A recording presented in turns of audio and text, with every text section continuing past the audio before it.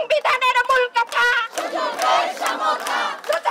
সরকারি চাকরিতে কোটার যৌক্তিক সংস্কারের এক দফা দাবি আদায়ের লক্ষ্যে পূর্ব ঘোষিত কর্মসূচি অনুযায়ী রোববার সকাল 11টা থেকে শিক্ষার্থীরা জড়ো হতে থাকে কেন্দ্রীয় গ্রন্থাগারের সামনে।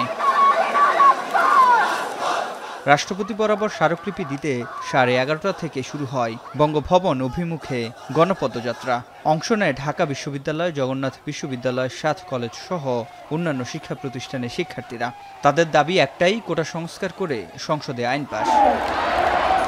টিএসসি শাহবাগ মৎস্য ভবন পেরিয়ে শিক্ষা ভবন ও গুলিস্তান 0 পয়েন্টে পুলিশের বাধার সম্মুখীন হয় শিক্ষার্থীরা। 3টি ব্যারিকেড পেরিয়ে গেলেও এ যাত্রা পুলিশের বাধার মুখে জিপিওর সামনে অবস্থান নেয় শিক্ষার্থীরা। আইনশৃঙ্খলা বাহিনীর সাথে দফায় দফায় কথা বলার পর 12 সদস্যের একটি প্রতিনিধি দল বঙ্গভবনের উদ্দেশ্যে রওনা হয়। এরপর নাম এন্ট্রি করে প্রবেশ করে বঙ্গভবনে। রাষ্ট্রপতি সামরিক সচিবের কাছে স্মারকলিপি হস্তান্তর করে তারা। স্মারকলিপি প্রদান শেষে আন্দোলনের সমন্বয়ক নাহিদ ইসলাম জানান, 24 ঘন্টার মধ্যে সংসদে জরুরি অধিবেশন ডেকে আইন সংশোধনের দাবি তাদের। সেই সাথে মামলা প্রত্যাহারের দাবিও জানান এই সমন্বয়ক।